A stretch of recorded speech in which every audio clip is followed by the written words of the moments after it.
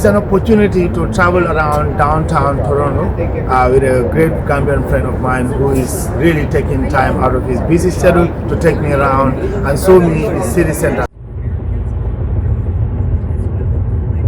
What's the name of the highway? Highway 401, Ontario. The busiest highway in the world. Yeah, it is considered the busiest highway on the world. When you come here during weekdays, when people are commuting to work, it's a hustle, right? I mean, right now it's not busy because it's a Sunday. People are relaxing and all that. But come Monday, anytime Monday, up to 2 a.m., it's crazy. It's a highway that connects the whole of Canada, and obviously to the United States, I-95 and I-19.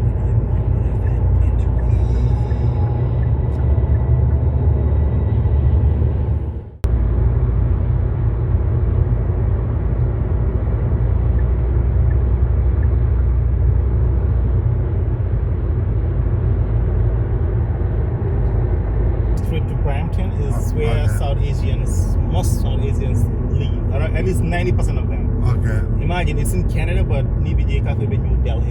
It's just so Indian. Okay. Like, completely Indian. Okay. When I mean Indian, is Indian. Okay. To the extent other residents Cambodia because they feel they are in India. Okay. That's how terrible it is. Okay.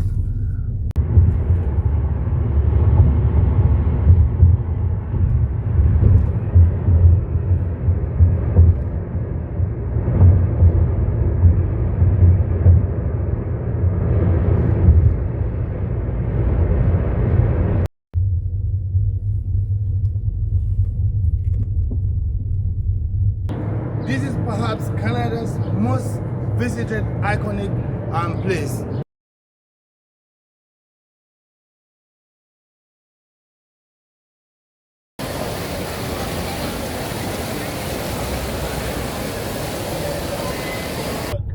I don't think it can be compared to Vancouver. It depends on obviously the area of the city that you live, but the average rent for a 2-bedroom apartment in Toronto, average, you're looking at the city of Toronto.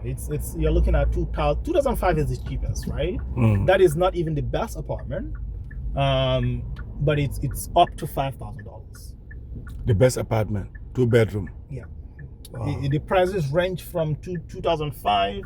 2005 would not be the best. It would be a manageable apartment, but you can pay up to $5,000 for a 2-bedroom apartment, right? Excluding utilities. That's excluding utilities. Some parkings alone is up to $300 in the city of Toronto. Some people, I do not pay that. Obviously, I cannot afford that.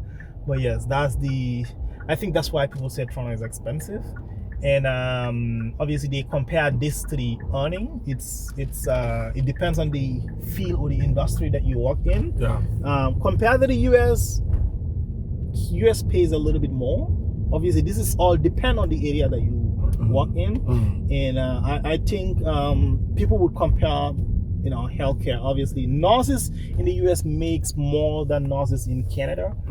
That's because U.S. healthcare is privatized. In Canada, it is the government that handles everything. So we do have a universal healthcare. Whoever works in a clinic here or a hospital here to see a doctor, it is paid by the government of Canada. So that is why the government of Canada set a standard pay for nurses, because they are the one who pay these nurses, right? So compared to the US, where like it depends on how much you have, right? Because it's individuals pay their healthcare out of pocket. I believe that is why healthcare workers in the US get more pay than in Canada. Skills, I know a few people that work in the skills industry, whether it's plumbing, electrics, or other sites, carpentry and all that. They pay really well, right? Like any other developed country, skills is the best. US and Canada, I believe it's the best, but I still believe US would pay more. When it comes to a survival job, that's where the problem is. Canada sucks in survival jobs, like warehouse jobs or factories and all that. The minimum wage in Ontario here, I believe, is 18 point something dollars. That's Canadian dollars, which is about 15 or 14 USD. That's the federal minimum wage. Yeah, that's the federal minimum wage. Now, some province they pay a little more less than that, but that's the average federal government minimum wage. So that's where the problem is. Survival jobs here sucks. It sucks. They don't pay great compared to the US, where some places will pay up to $20 USD for a warehouse job. Where here in Canada, warehouse job would be it's different, right? Some places would pay you $18, but it could go up to $30 an hour, right? Factory jobs, I don't know. I have no clue about that, but I've worked in a warehouse way back when I was going to college, so I have experience about that too. All other professions, I have no idea, but I know. Yeah. So how long have you been here? I've been here 9 years, coming to 9 years almost. I'll be 9 years in about 3-4 months. Yeah. And how do you find the city or Canada in general compared to the US? A little difference. I mean, it's all the same North America, right? There's not much of a difference, I would say, because it's 6 and 9. Having traveled to the States often, at least every 2 months, I am there. And I drove sometimes, and I also fly. I would say the only difference is people of Canada are more lenient, nicer. Sorry to say this, but more lenient, nicer, and more accommodating compared to the States. Another difference would be the type of government. So I understand US as the type of government in the US is different from Canada. We all know we have a prime minister. We don't have a president. We're still answerable to the Queen of or the King of England, while US has their own president and all that. So in terms of education, I would say that it's the same. Jobs, infrastructure, they're technically the same. Economy, obviously, US is 10 times bigger. Canada has a small economy. That's because we have a very small population. I think it's about 40 million, which is lesser than the state of California.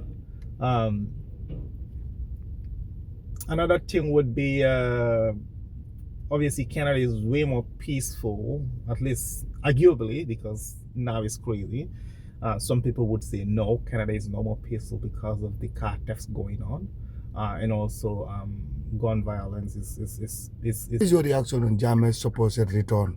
What are the implications in your perspective? First of all, the implications could be severe. This is a man who was a very powerful ruler. This was the man who terrorized literally everyone in the Gambia. Even to talk about him in the ghetto, you have to look your soldiers first. You have to make sure it's clear before you talk about him. So that's the influence this man have. This man was literally dictating every single institution in Gambia. And there are still people, loyal soldiers, who are supporting this man. So I would say the threat could be serious. The implication could be serious. This man has been away for 9 years, I would say. And he is still gathering an event in Gambia. That shows how serious it is. Now, the government should not take it as a threat, and they should not take it as a joke. I understand why some people take it as a joke, because Jammeh alone cannot bring himself to the Gambia. Jammeh is under the purview of Equatorial Guinea. They will not. I'm 100% sure when he was going there, they gave him conditions. I don't even know if Jammeh have the travel means right now. What I mean by travel means, I don't know if he will be able to board a flight. That is, if he have a passport, if he will be allowed to buy tickets. Even if he buy tickets, he come to the Gambia. Before even coming to the Gambia, you cannot just come to Gambia. I don't think there is a direct flight to Gambia. Even if there are direct flight, it will be a charter flight. Jammeh cannot charter a flight by himself right now. Number one. Number two, if Jammeh is to come to Gambia through a passenger flight, that flight has to transit through certain countries. Is Jammeh allowed to pass by or transit to certain countries, considering the fact that he not violated only Gambians' rights. He violated. I heard there's testimonies in TRRC that he executed through his command. He executed a number of Ghanaians. Ghanaians, I mean, and obviously Senegalese also accused him of foiling the rebels for decades ago. So I don't know if Jammeh would be able to come by himself due to those facts. Even Jammeh decided that he will come by himself. Gambia is a rule of law. It's a country that is governed by people. There are laws, and we also have a process or a protocol when you are entering in our country. That's the airport. You have to pass through securities. So is Jammeh cleared to do all that? That's the question you want to ask yourself. It's just like me. If I said, I want to go to Gambia, you want to ask yourself, did Abdoulie, is he in the Interpol red notice? Did Abdoulie have a travel passport? Is he allowed to land in the Gambia? If you are clear on all this, yes. So I think that's the reason why some people take it as a joke. But it's actually not a joke. He still has the power to convert people in Gambia when he's